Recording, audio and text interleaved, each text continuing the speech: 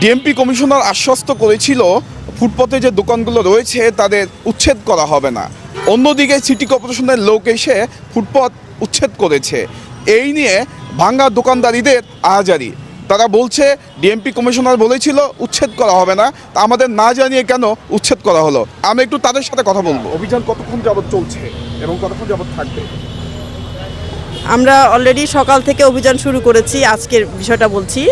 আজকে আমরা প্রথমে বায়তুল মোকাররম সংলগ্ন ওখানে পার্কিং এরিয়াতে যে পার্কিং এরিয়া দখল করে যে অবৈধ ইয়াগুলো ছিল, দোকানপাটগুলো ছিল, সেগুলো আমরা প্রথমত সরিয়েছি। এরপর আমরা সেগুন বাগিচা এলাকায় এখানে রাস্তার পাশে যে ফুটপাত দখল করে যে ভাতের হোটেল বা বিভিন্ন দোকানপাটগুলো গড়ে উঠেছে অবৈধভাবে, সেগুলোকে আমরা সরানোর কার্যক্রম করছি। এটা একদিক থেকে যেমন সড়ক নিরাপত্তার জন্য কাজ করছে, একই সাথে যানজট নিরসন এবং সামনে রমজান মাস, আমরা স্বাস্থ্যগত ঝুঁকির বিষয়টিও বিবেচনা করে কাজ করছি। যে রাস্তায় খোলা অবস্থায় যে খাবারটা আগামী এক সপ্তাহের মধ্যে যদি আবার কেউ বসে, আমরা গত সময় জুড়েও আমরা করছি। আমরা গত বৃহস্পতিবারে করেছি, তার আগেও করেছি। আমরা কিন্তু চলমান প্রক্রিয়া হিসেবে এই কাজটা করে যাচ্ছি।